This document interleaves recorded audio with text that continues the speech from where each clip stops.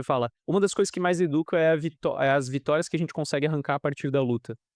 E daria pra eu continuar a tua frase dizendo: "Mas também uma das coisas que mais deseduca é as vitórias que a gente não arranca, mas que nos são dado de alguma forma, né, o Estado dá de alguma forma, né, que parece vitória, mas na verdade não foi aquilo que foi arrancado".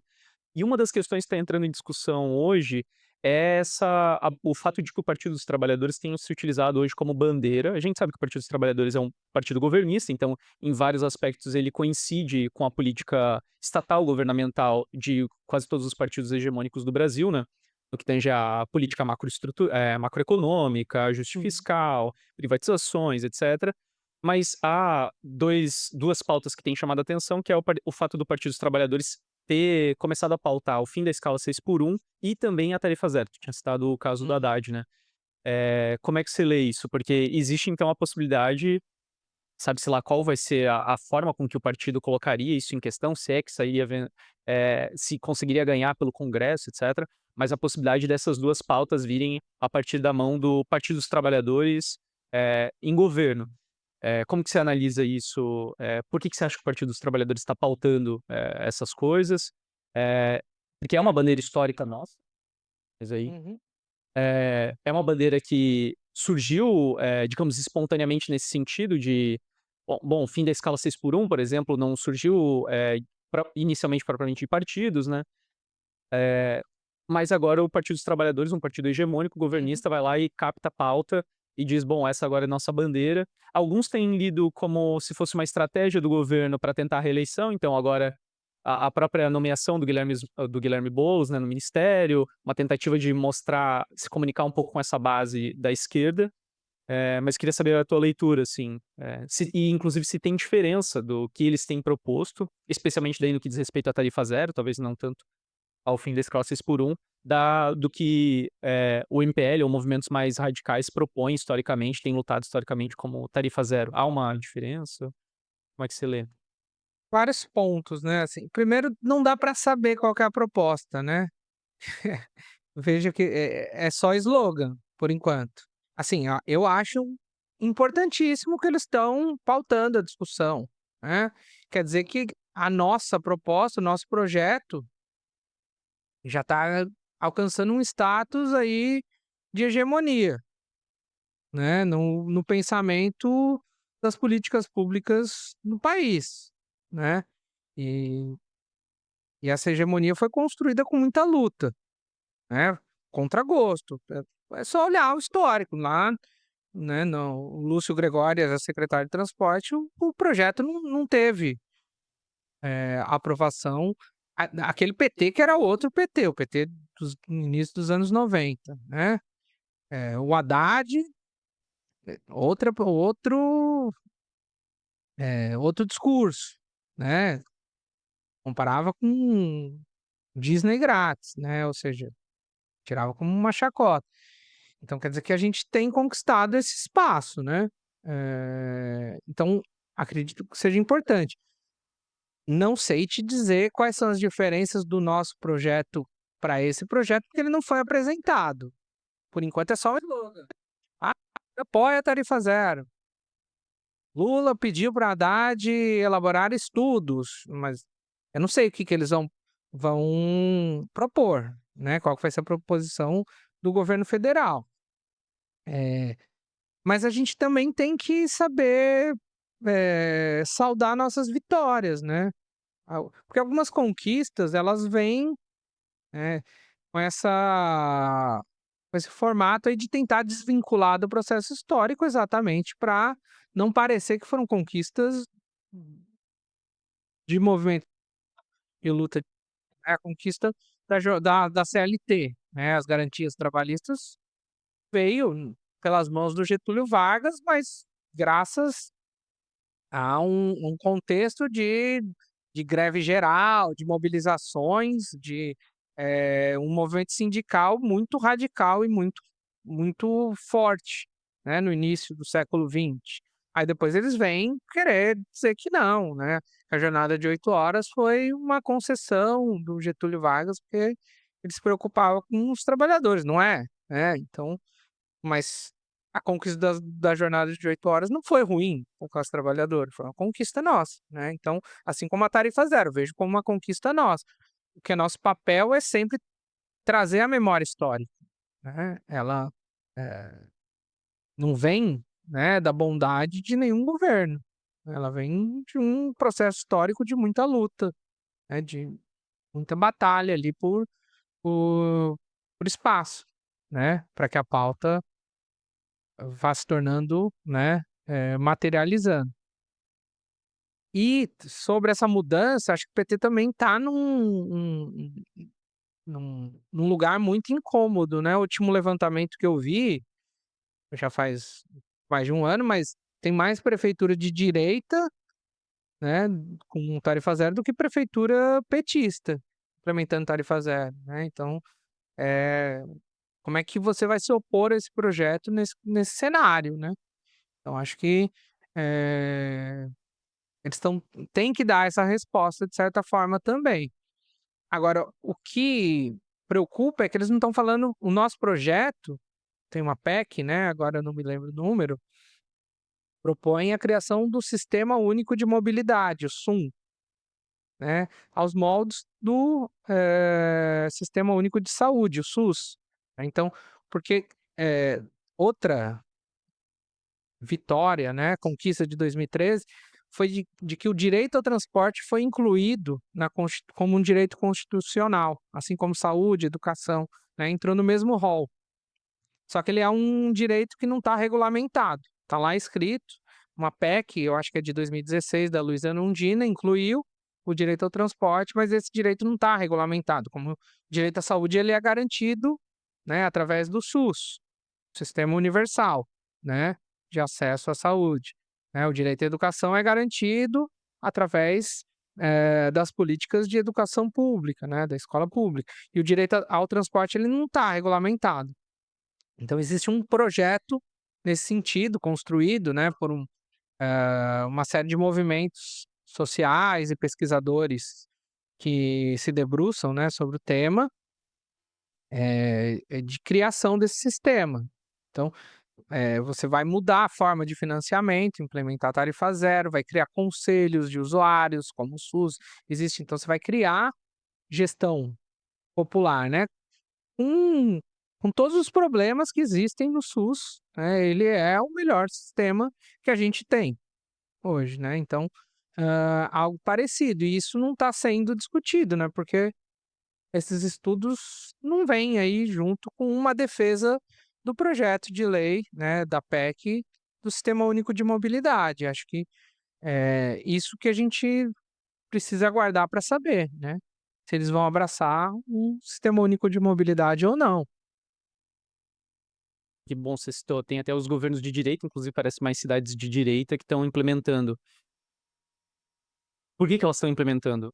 Você acha que você avalia que foi reflexo de uma vitória social mesmo e não uma transfiguração, digamos assim, em benefício inclusive do próprio capital, em algumas dessas cidades que têm implementado? Porque, por exemplo, tem diferentes formas de projeto, né, a gente pode falar em tarifa zero, mas a grande questão é como implementar, né. Desses municípios, o sistema colapsou, né, faliu, as empresas desistiram do serviço e as prefeituras assumiram o serviço com tarifa zero, porque fica mais barato você não cobrar a tarifa do que você implementar um sistema de cobrança, de controle, de fiscalização, né. Muitos municípios implementaram dessa forma. Eh, daí não E tem uma diferença na forma com que esses municípios têm implementado e na forma como, por exemplo, você defende ou o movimento defende a implementação da tarifa zero? Tipo, por exemplo, na forma de financiamento? a maioria implementa através do próprio recurso, né, que já existe. Só que nos grandes municípios é preciso criar uma forma de arrecadação que seja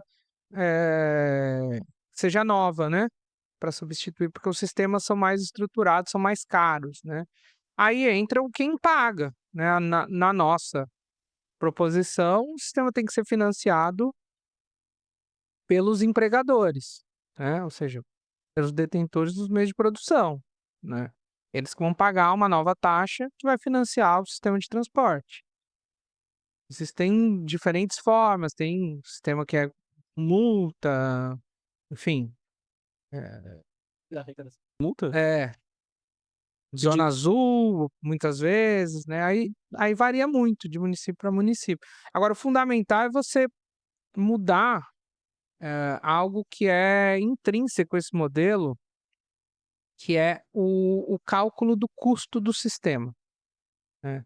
Historicamente, o transporte coletivo no Brasil, né, isso é uma reflexão do PAIC, um militante histórico também, desde a fundação do Movimento Passe Livre, tem uma tese sobre mobilidade racista e mobilidade antirracista, né, e ele traz essa reflexão que é muito interessante, que o nosso sistema de transporte coletivo, ele usa uma tecnologia colonial, né, no sentido que ele enxerga o passageiro como custo do sistema, né. A remuneração do prestador do serviço é por passageiro, por exemplo, não é por custo, por quilômetro rodado, via de regra. E isso é uma herança do quê? Do transporte de cargas. Então, dentro, né, historicamente isso do do cálculo, né, do sistema de transporte, existe essa lógica que é a do transporte de carga. O passageiro, o usuário do transporte coletivo, ele é visto como uma carga, né. E qual que foi o primeiro sistema de transporte de carga do país? Né, um dos de pessoas escravizadas, né. Então, eles trouxeram a mesma lógica do transporte de carga, né, para o transporte coletivo.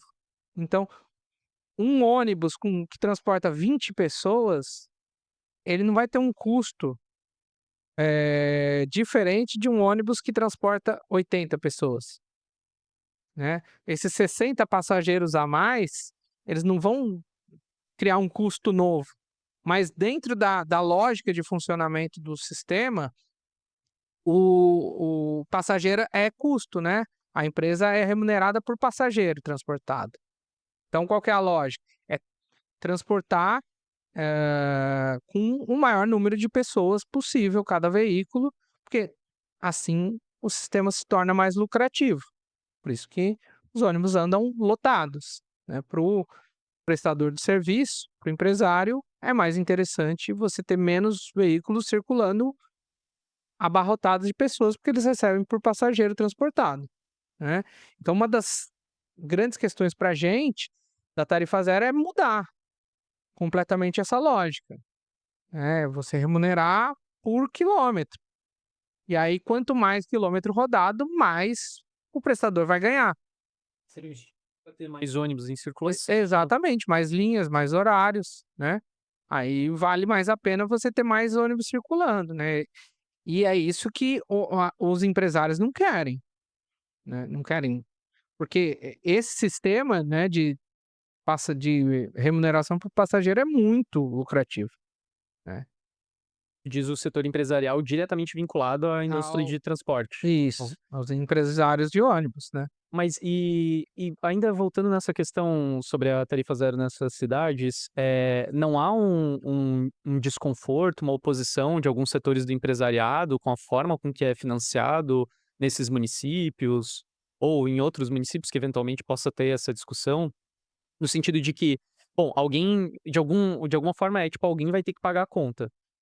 Inclusive eu acho que tem alguma modalidade de projeto que ele faria como se fosse a taxa do lixo hoje, né. Então você paga cada residência paga, como paga a taxa de lixo, pagaria uma taxa de transporte, e aí não pagaria na catraca, né. Mas isso seria uma forma inclusive de socializar o custo entre, boa parte da classe trabalhadora, né, que é a maioria da população, né.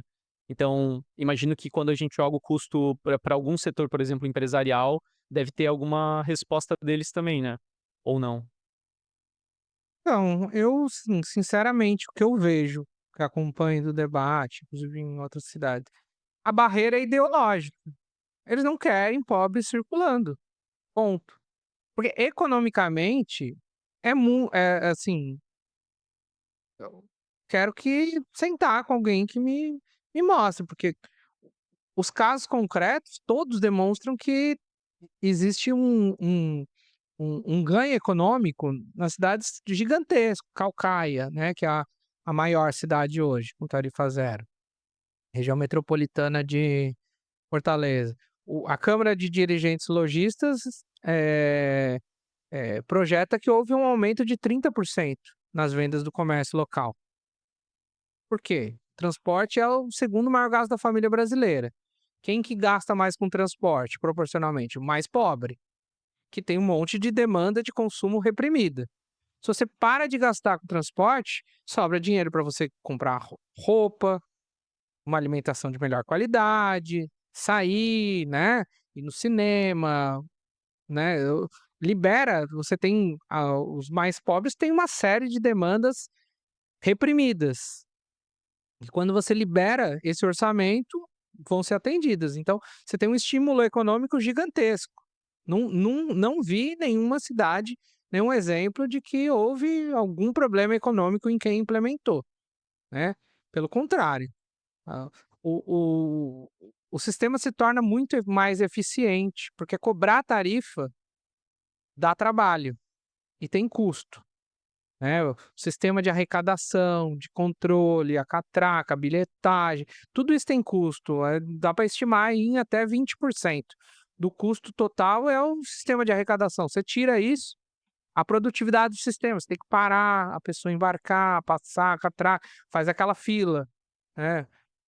Tarifa zero, o ônibus para, abre a porta, todas, todo mundo entra, o ônibus já sai. Então, o sistema fica mais barato, porque não tem que cobrar a tarifa que custa, né? Todo esse sistema de arrecadação, ganha produtividade, porque ele fica mais rápido. O comércio local é favorecido, né? Caucaia foi também o único município ali da região que teve aumento na arrecadação de ICMS. Todos ali, né, da Grande Fortaleza tiveram queda na arrecadação. Caucaia foi o único que teve aumento. Por quê? Porque um estímulo econômico gigantesco, né? Mas a barreira é ideológica, porque é uma ferramenta de controle social que a burguesia não quer perder, e também porque é uma bandeira de esquerda, é um direito social a mais. Eles não querem isso, né? A nossa burguesia prefere perder dinheiro do que conceder mais direitos para a classe trabalhadora, né? O golpe de 2016 também mostrou isso, né? Era muito lucrativo para a burguesia. Não sei se dá para a gente dizer que tem uma burguesia nacional, isso é um debate, né? Mas, enfim, sabe que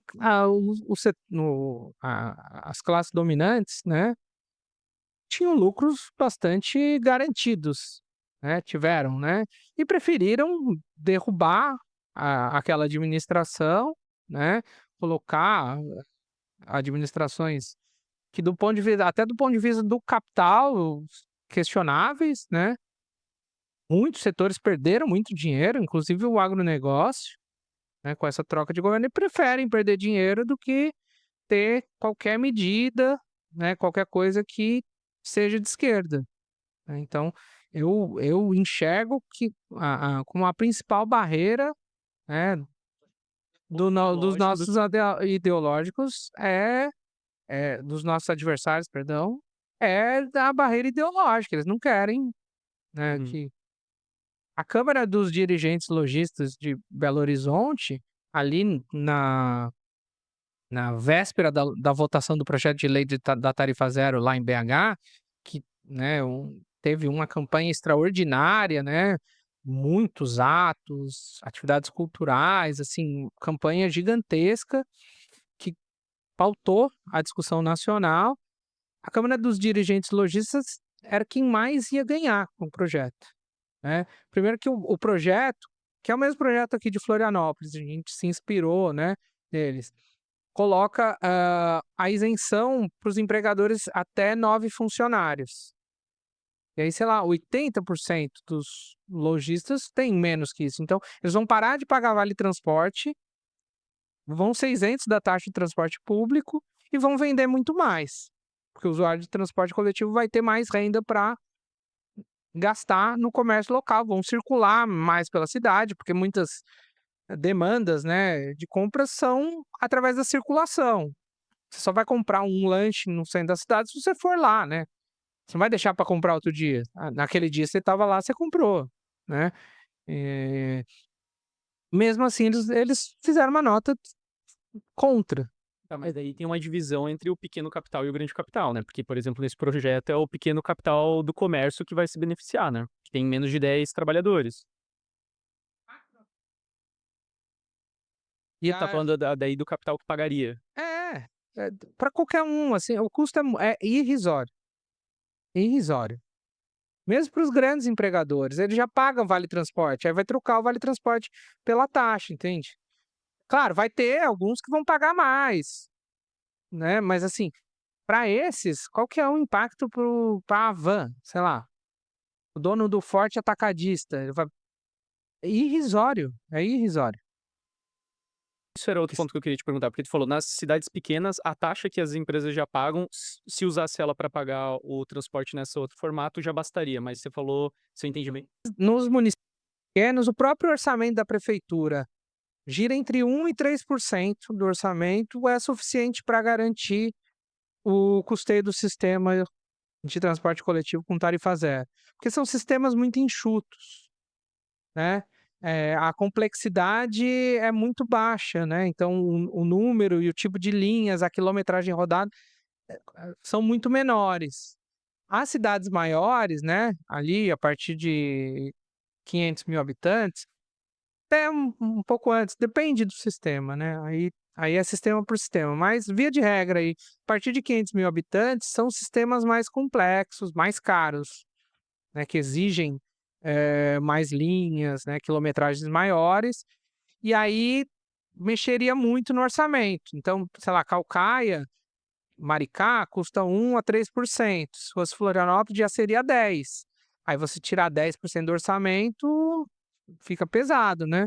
Inclusive, aí o transporte vai competir com outros serviços. E uma das coisas que um dos méritos do nosso projeto é exatamente esse, né.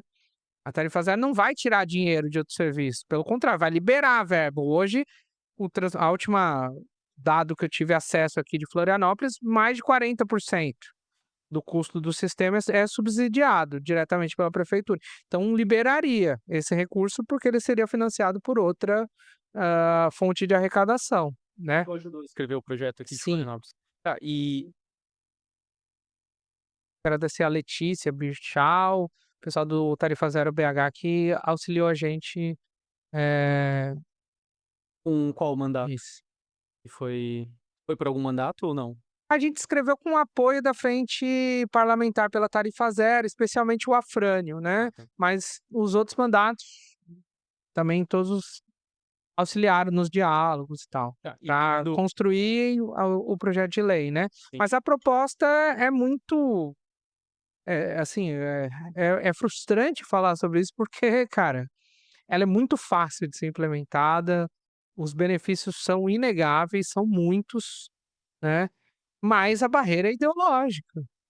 mas O Topaz não quer que um projeto de lei que vem aí da galera do passe livre seja aprovado, né, mesmo que a a a prefeitura, porque a prefeitura começa a arrecadar mais, porque você tem um estímulo econômico gigantesco. mas esse é o ponto, eu acho que eu ainda não entendi direito, porque você falou, bom, algumas prefeituras menores, bom, vai pegar uma parte pequena do orçamento, 1,5 E aí e tal, paga. mas Floripa pegaria 10, mas então para não pegar os 10% de Aí Floripa, você quem cria que uma paga? taxa. E quem que paga a taxa? Aí a taxa do transporte público é uma taxa cobrada, pra todo empregador com mais de 9 funcionários empregados, com isenção de 9, então pagaria a partir do 10º. Toda empresa que tem, a partir de 10 funcionários, pagaria uma taxa que substituiria o vale transporte. Essa taxa constituiria um fundo que custearia o sistema. E daria meio Bem que elas simples. por elas, a taxa em relação ao que hoje essas empresas pagam em vale transporte ou não? Para a maioria, seria mais econômico.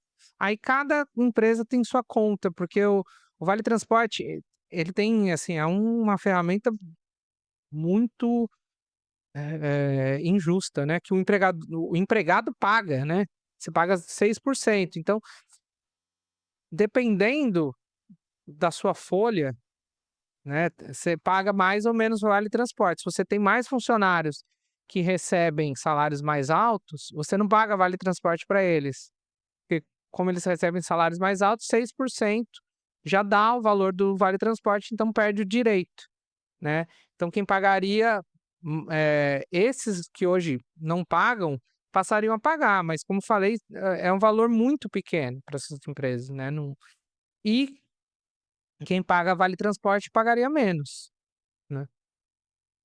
Porque, inclusive porque vai ter 9 isenções, você tem 10 funcionários, 9 vão ser isentos, você vai pagar a taxa de um só.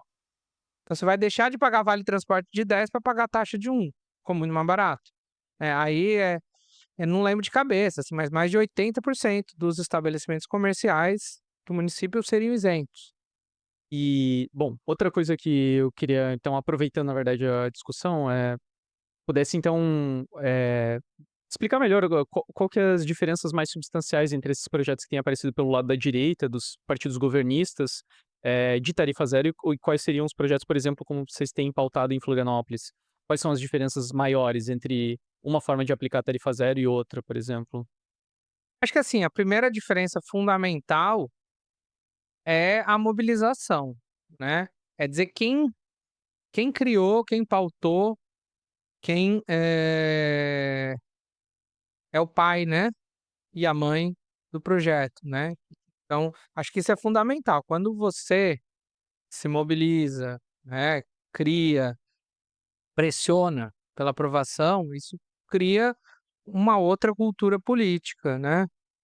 Isso forma uma militância, né, novas militantes, né, isso é fundamental, né. Acho que nada politiza mais do que conquistas. Então, essa é a primeira questão. A segunda diz respeito à remuneração, tá, né, aquele debate que eu fiz sobre o custo, né. Então, a tarifa zero ela tem que ser, vinculada a uma forma completamente nova de remunerar o custo do sistema, né, que a remuneração deixa de ser a a da lógica do transporte de cargas, né, onde você é remunerado pelo número de passageiros, então isso favorece o ônibus mais lotado, menos linhas para com menos ônibus, né, menos horários para lotar mais o ônibus e isso se tornar mais lucrativo, você remunera pelo custo, né. Tem um custo por quilômetro, tanto faz se o ônibus tem 20, 40 ou 60, né, passageiro não é custo.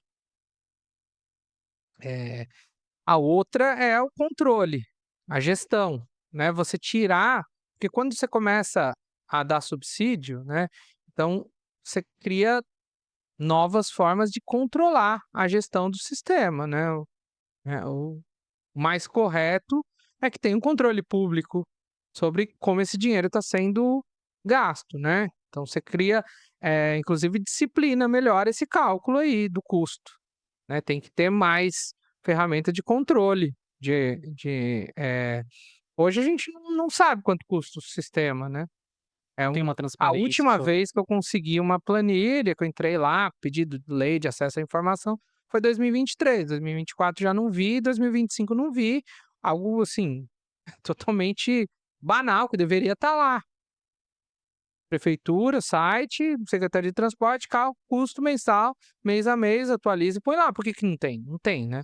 Eles não são obrigados, ou são e não cumprem. Então, você cria, né, uma justificativa a mais para ter esse controle, né, mais subsídio, então você tem que ter esse controle. Então, a gestão passa a depender menos das empresas, né, primeiro dessa lógica, né, de de transporte de carga, segundo, né, traz mais controle público sobre, o financiamento. E a terceira é quem paga, né, na nossa concepção, o transporte tem que ser financiado por quem se beneficia dele. Quem se beneficia do funcionamento do transporte coletivo é, via de regra, os empregadores, né, a burguesia. São eles que se beneficiam do funcionamento econômico da cidade, que só é possível graças ao funcionamento do sistema de transporte. Então, tem que incidir sobre os empregadores, né. Hoje a gente tem uma lógica muito injusta, né, de que o empregado ele paga pelo seu deslocamento para trabalhar, né, até 6%. Se o gasto com transporte excede 6%, você não recebe nada, né. Então, nosso projeto acaba com essa injustiça, né. Quem vai financiar são os empregadores, e eles vão se beneficiar. Funcionamento econômico, né, a economia local vai ser aquecida, vai ter mais vendas, né, então, eles vão ganhar, eles vão pagar, né. E aí eu acho que é um debate para abrir com alguns setores da esquerda, que são mais ortodoxos, digamos assim, sobre a estatização, que é fundamental, né, você tirar das mãos dessas empresas. Como falei já, né, repetidas vezes, o transporte coletivo no Brasil, ele é privatizado desde sempre, né, e, além da tarifa zero, é importante você ter o máximo de controle público sobre ele, né. E alguns setores são contrários à tarifa zero, porque dizem que é garantir o lucro das empresas, é repassar. Mas assim, além de você garantir um direito fundamental das pessoas, eu avalio que é um passo tático muito importante. É mais fácil você estatizar um sistema com tarifa zero, como Maricá fez, do que você estatizar primeiro e depois implementar a tarifa zero, né. Aí é um debate tático. Se você tem um sistema que tem uma fonte de arrecadação própria, né, como o nosso projeto propõe, você pode criar um mecanismo de ir, adquirindo frota, né. A taxa ali, hã, pode ser calculada no sentido de manter o custo e ter um X a mais por ano para adquirir Y ônibus ao ano. E esses ônibus adquiridos já começam a operar, diretamente pelo poder público, pelo Estado, né. E aí você cria uma ferramenta que facilita a estatização, um processo de estatização desse serviço que deveria ser estatizado e não é, né. É ao contrário de você pensar: "Pô, agora a gente vai quebrar o contrato das empresas, como é que vai fazer? Vai estatizar, aí depois vai comprar todos os ônibus", né. É interessante? É, mas aí exige uma correlação de forças que, na minha avaliação, é muito mais desfavorável, né. Então, quando você cria uma fonte de financiamento para o sistema, né, quando você implementa a tarifa zero, você cria, um outro horizonte para lutar pela estatização, um horizonte muito mais favorável, né. Nem toda cidade que tem tarifa zero tem o transporte estatizado, é isso? Geralmente são as empresas, elas prestam o serviço, assim, né, aí a remuneração é por quilômetro e a empresa, algumas prefeituras, eu visitei uma, Formosa, perto de Brasília, ali em Goiás, até a gasolina, é a prefeitura que regula, até para você ter um controle melhor dos custos, né, senão a empre Custo da gasolina na cidade, ou não? não, não, o abastecimento. Ah, tá, Eles ok. contratam só o ônibus com motorista. Aí tem um contrato de licitação para abastecimento. Então, essa empresa ela abastece no posto conveniado ali pela prefeitura. Então, para evitar exatamente que aquela empresa fale: "Ah, não, mas o litro tá R$ 7", né. E aí superfatura, né. Então, tem prefeitura fazendo até isso, mas em geral é isso, você remunera só pela prestação de serviço, a prefeitura determina: "Ó, a linha vai operar assim, assado, esses são os parâmetros técnicos, e a gente paga tanto por quilômetro". E essa é a principal polêmica dentro da esquerda no debate sobre tarifa zero ou tem outros pontos de divergência e discordância? Eu acho que o principal é esse, né, eh, implementar sem implementar a estatização antes. Acho que essa é a maior discussão que eu vejo na esquerda hoje. E muitas vezes trava, né, a direita já é mais pragmática, eles vão lá e fazem. E aí o 90% dos prefeitos que implementaram tarifa zero foram reeleitos, né. Então eles surfam na popularidade também da medida. Claro. É, hã, e assim, se tu pudesse dar uma análise, bom, você fala, tá tendo uma tendência então de aumento da tarifa zero já há alguns anos, isso inclusive, muito provavelmente é uma consequência das mobilizações nos anos precedentes, inclusive 2013, inclusive governos de direita, com um saldo político individual inclusive importante, mas ao mesmo tempo a gente sabe a necessidade de manter o movimento, inclusive o próprio MPL e outras frentes de luta contra frentes, contra o aumento do transporte, etcétera. Eh, e ao mesmo tempo, pelo menos não sei se tu concorda com o meu diagnóstico, mas uma impressão de que a mobilização tem sido muito difícil nos últimos anos, e a juventude, que era um extrato muito importante, porque tem essa radicalidade, essa potencialidade, não tem aparecido com tanta força, talvez, nos últimos anos. Então eu queria ver como que você encontra isso, enquanto um desafio, assim, como é que você pensa isso? Até porque aqui em Florianópolis está se tentando reconstruir a MPL, é isso de alguma É, forma? a gente tá no 2022, acho que chamou, né, teve um período que o movimento aqui ficou inativo, né, ali em 2016 a gente optou por desativar, né, não por divergências políticas, mas porque veio o golpe, né, todo mundo estava militando em outras questões que apareceram como mais urgentes. Em 2022 a gente rearticulou, mas ainda, carece, né, de uma organicidade maior, de uma, participação, de uma estrutura maior, né, porque a questão do transporte ela é uma questão, que exige, né, um trabalho pensado mais exclusivamente sobre ele, né. Na minha avaliação, essa dinâmica, né, pontualmente vai, discute transporte, depois acaba aquele afã dos atos e a coisa morre, né. Eu acho que isso traz muitas debilidades, né. A O gente que a gente está propondo é uma coisa que vai mexer muito com interesses, com o funcionamento da cidade, então nossos inimigos vão se mobilizar de forma pesada contra isso. Então para a gente ter, condições de implementar nosso projeto, a gente tem que ter muita força social, né, isso exige organização, pessoas, né, e tempo, e trabalho político em torno dessa pauta, né, um trabalho mais rotineiro, que não seja pontual. E a gente ainda tá num momento ainda de pouca organicidade, né. Uhum. E uma das questões que me parece é que, não só no movimento sobre transporte público, mas em geral, a gente em geral tem ficado numa postura muito mais passiva do que ativa, né, muito mais defensiva inclusive, né.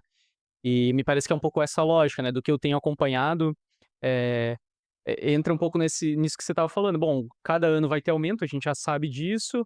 Em geral, em alguns casos a gente vai conseguir fazer algum tipo de frente para tentar barrar esse aumento, vai se chamar Hum, manifestações, mobilizações, mas em geral, inclusive, nem vai conseguir barrar o aumento. Então, nem defensivamente a gente está conseguindo atuar, na verdade, né. A gente tenta atuar defensivamente, mas nem nisso a gente está tendo êxito. Então parece que a gente tá um pouco nesse cenário, mas ao mesmo tempo em off tu tinha comentado de alguns casos em que se teve sucesso, em que se conseguiu boas mobilizações, não sei se tu quer aproveitar e já comentar também. então, eu acho que assim, a esquerda brasileira tá na defensiva há algum tempo, né, mas 2 projetos têm invertido essa lógica. Um é o da tarifa zero e o outro é o da luta contra a escala 6x1, né. A gente está pautando uma discussão e fazendo a direita ter que dar uma resposta, né. A explosão de casos de tarifa zero no país não é fruto do acaso, né, eu falei já, o Brasil é o país com mais experiência de tarifa zero no mundo, é porque os nossos empresários são mais bonzinhos? A nossa classe política é mais preocupada com o transporte? Não, porque a gente tem um histórico de luta, né, em torno dessa pauta. Então, eu acredito que, embora, né, ainda exista um pouco essa dinâmica mais defensiva, a gente tem avançado, né, a gente tem, né, com todas as debilidades em termos de mobilização, tem um projeto de tarifa zero. O MPL durante anos não soube projetar. A gente falava em tarifa zero de forma muito geral. "Ah, queremos a tarifa zero", né. Hoje não, já tem aí das e a resposta era: "Ah, mas como? Não dá para fazer", né. Claro, a gente tinha algumas respostas, impostos progressivos, etc e tal, mas hoje tem uma coisa muito bem desenhada, assim, eu desafio qualquer político aí de direita sentar, né, não para fazer corte, mas sentar para debater o projeto. "Vamos conversar aqui?" O cara vai falar que não dá para fazer, não tem cabimento mais, né. Não dá, ninguém cai mais nessa justificativa do "não dá para fazer" ou "não vai ser bom", né. Então, eu acredito que essa pauta da tarifa zero, isso existem coletivos, grupos de pesquisadores, sociedade civil, né, que estão há anos se debruçando sobre a pauta, né. Alguns, hã existe a coalizão Mobilidade Triplo Zero, que é uma coalizão nacional, né, de movimentos e pesquisadores que trabalham sobre essa pauta já há alguns anos. Então, eu acho que a gente, pelo menos no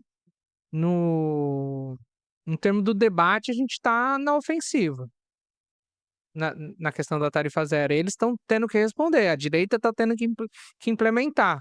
Agora, na mobilização, de fato, a gente ainda está muito recuado, né, esse é o desafio.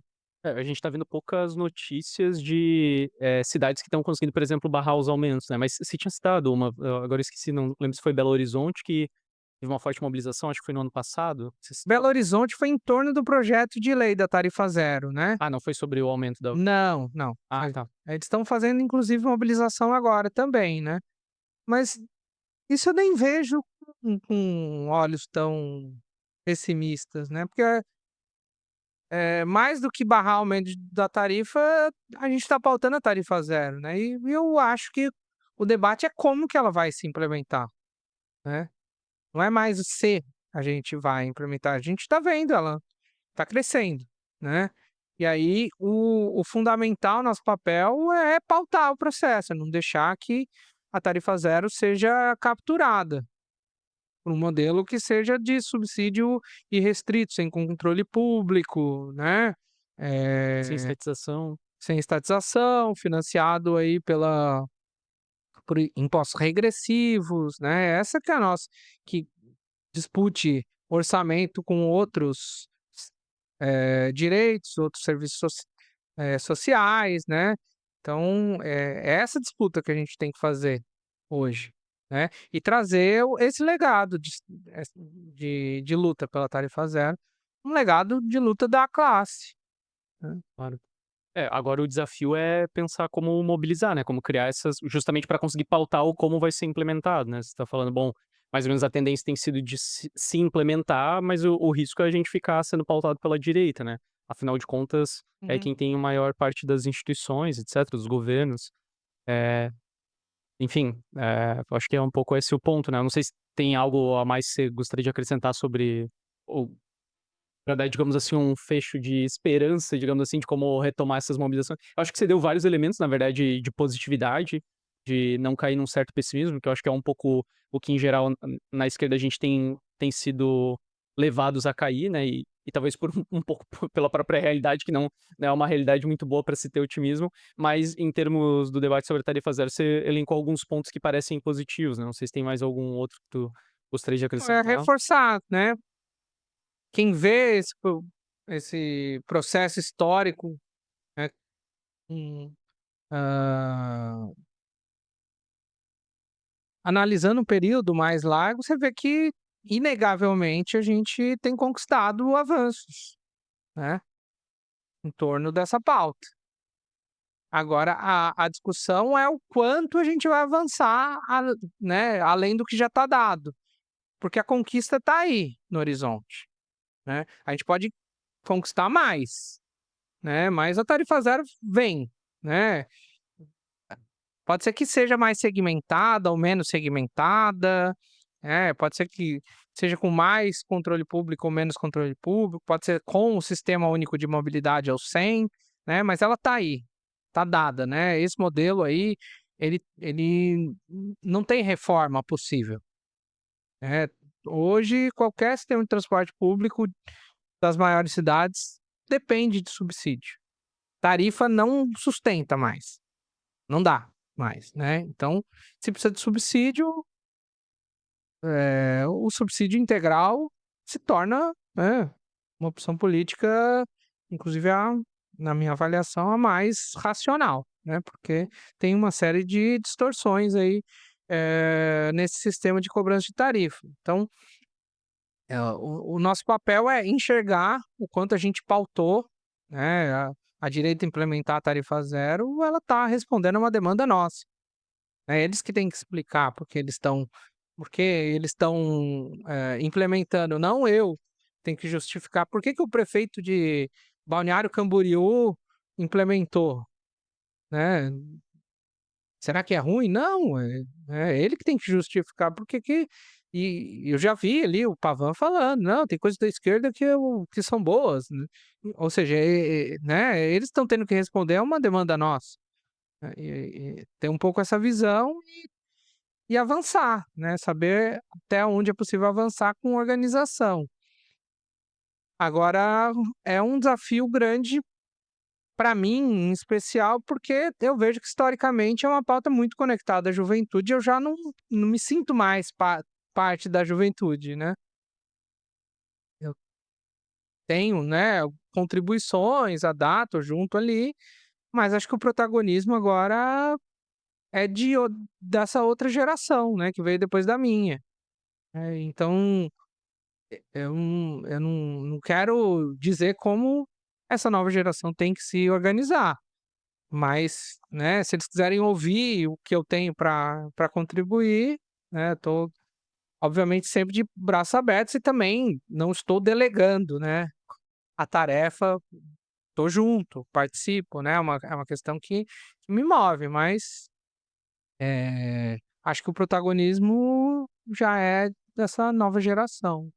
Né, E e eu tenho certeza que os problemas de mobilidade, os problemas políticos, são cíclicos, né, a gente vive num modelo de mobilidade que é feito para dar problema, para gerar crise, né, eu já falei, vários episódios ao longo da história, isso aí vai estourar de novo, uma hora, né, e a gente já tem formulações muito bem, construídas para dar respostas melhores, né.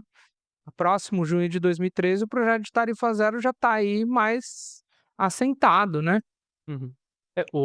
Uma das coisas que você falou de meio que de passar o bastão, isso é sempre um desafio pra gente enquanto classe trabalhadora, né, de fazer os registros históricos para aprender inclusive com a história, mas parece que ela ainda é mais difícil no extrato da juventude, né, porque é muito dinâmico, é muito rápido, então você pensa, a luta dos secundaristas é um período muito curto, Aham. né, que você passa, né, então para tu perder o laço de uma geração para outra é muito rápido, Diferente mesmo de na um universidade. sindicato, né, que o cara Exato, exato. Então, também tem essa dificuldade ainda maior, digamos assim, na militância da juventude, né.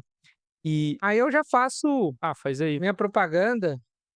Esse livro aqui, do Passe Livre Estudantil à Tarifa Zero, ele é fruto da minha pesquisa, da minha dissertação de mestrado, foi publicado pela editora Insular, que é uma editora aqui de Florianópolis. Ele está à venda no site da editora, mas ele é tarifa zero também, né. Quem não quiser o livro físico, pode baixar o PDF de graça no site da editora Insular. E o livro fala um pouquinho faz um balanço desse acúmulo histórico, conta um pouco da a trajetória do movimento Passe Livre em Florianópolis, né.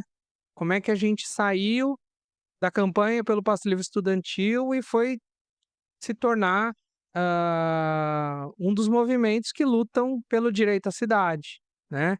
Como é que a gente se apropriou da bandeira da luta pelo direito à cidade para fazer a defesa da tarifa zero, né. Então faço esse convite para quem quiser conhecer, tem bastante elemento de história aqui do movimento Passe Livre em Florianópolis, né, e dessa discussão mais ampla, E você transporte coletivo. citou bastante referências que eu imagino que deve estar aparecendo ali também, né, citando outros elementos, né. Aham. Mas, o tema é interessante inclusive porque mostra como pautas um pouco mais reformista, digamos assim, podem se amarrar em pautas mais amplas, mais estruturais e mais radicais inclusive, né, tipo do passe estudantil É, a à gente tarifa vive zero. num país, uma economia que o mais reformista tem que ter uma radicalidade revolucionária para ser implementada. Qualquer conquista, né, precisa ser radical. Essa é uma característica dos nossos países dependentes, né, a gente é é um capitalismo tão mais selvagem inclusive que qualquer ponto de É, reforma é. já é um elemento radical, né. E inclusive um dos pontos que você estava mencionando, né, sobre essa disputa sobre, bom, se vai ter tarifa zero, mas como que vai ser, é inclusive para não criar o erro de acreditar que a simples passagem para tarifa zero é a resolução, dos problemas como um todo no transporte e na mobilidade, né, até porque você estava mencionando no projeto a necessidade de pautar não só a manutenção, mas expansão, né. Porque Uhum. convenhamos, né, não é só manter em tarifa zero esse absurdo de transporte precário que está hoje, né. Ao contrário, a gente tem que Não, a aumentar. demanda vai quadruplicar, triplicar, então você precisa ter, um sistema que seja robusto, né, funcionando. E as formas de transporte outros, né, a gente fala hoje no Brasil muito no transporte via ônibus, né, mas Florianópolis, que é uma ilha, poderia muito bem se pensar em transporte de balsa, tem transporte de Esse é um metrô, debate etcétera. complexo, assim, né, até porque o transporte marítimo ele tem impactos ambientais complicados, maricultura, por exemplo, sofreria, né. Eu tenho bastante reserva em falar, não sou contrário, né, sei que tem pesquisadores e pesquisadoras muito, competentes, né, sobre isso, mas a gente já tem muita o transporte de ônibus, né, ele tem essa vantagem que você já tem muitas infraestruturas já instaladas para ele funcionar, né. Você precisa qualificar, né, por exemplo, vias exclusivas de ônibus, né. Mas sempre que você fala de um novo modal, eu tenho um pé atrás ali, porque aí é custo de implementação, quem que vai ganhar para implementar, né, muitas vezes. Então eu tenho Até no sentido de linhas férreas, assim, e, por exemplo, estruturar uma linha férrea no Brasil de metrô, de trens, como, por exemplo, se tem essa discussão, né, por exemplo, se pega não, não, com certeza, sou totalmente favorável, né, só eu falo mais do transporte marítimo aqui, né. Tem o Planos, que é o Plano de Mobilidade Urbana Sustentável da Grande Florianópolis, você vê, passou 10 anos, não implementaram nada, né, mas foi um estudo, hã, sim, tem minhas críticas, mas que tem muitas, hã, qualidades, né. E ele propunha um sistema de BRT aqui para Grande Florianópolis, e atenderia muito bem, né, porque o BRT é um ônibus segregado, então você tem confiabilidade, né, porque você para na estação, você sabe quantos minutos vai demorar para o próximo vir, então você tem um aumento na oferta, o custo de implementação seria baixo e você tem condição de criar um bom sistema de ônibus, né. Claro que ele não vai dar resposta para tudo, mas trilho, por exemplo, daí já o custo de implementação é alto, né. Então esse é um é debate um mais mais um longo, debate, aham. mais longo, né. Mas, por exemplo, sei lá, transporte região metropolitana, você tem as pontes, você tem a BR, né, que já tem pista ali. É muito mais eficiente você transportar as pessoas de ônibus do que de carro, né. Então se você tiver um sistema de BRT ali, pega 2 pistas funcionando, você vai funcionar muito bem, né, as pessoas vão chegar mais rápido, né, a eficiência vai ser gigantesca, você não precisa botar um sistema de trilho, por exemplo, para fazer Entendi. essa integração. Então muitas vezes as soluções, elas são mais simples do que parecem, né.